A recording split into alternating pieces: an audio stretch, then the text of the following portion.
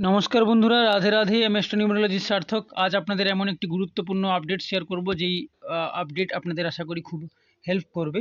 আপনারা সকলেই জানেন, এটা শ্রাবণ মাসের সোমবার চলছে, চতুর্থ সোমবার, আগামীকাল চতুর্থ সোমবার।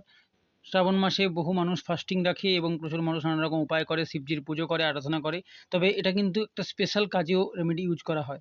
তোমাদের যাদের দুশ্চিন্তা বা ডিপ্রেশন প্রচুর রয়েছে, অ্যাংজাইটি রয়েছে, প্রচুর চিন্তা করো এবং ভবিষ্যৎ নিয়ে কোনো রাস্তা ঠিকমতো প্রপার উন্মুক্ত হচ্ছে না বা বুঝতে পারছো না কী করবে, তাহলে কিন্তু তোমাদের জন্য এই উপায়টি খুব কার্যকরী। লাস্ট অব্দি দেখো, আশা করি সবটা বুঝতে পারবে। সিম্পলি তোমাদের এই সোমবার থেকে শুরু করতে হবে। শ্রাবণ মাসে পরপর 4টা সোমবার করবে। কি করবে?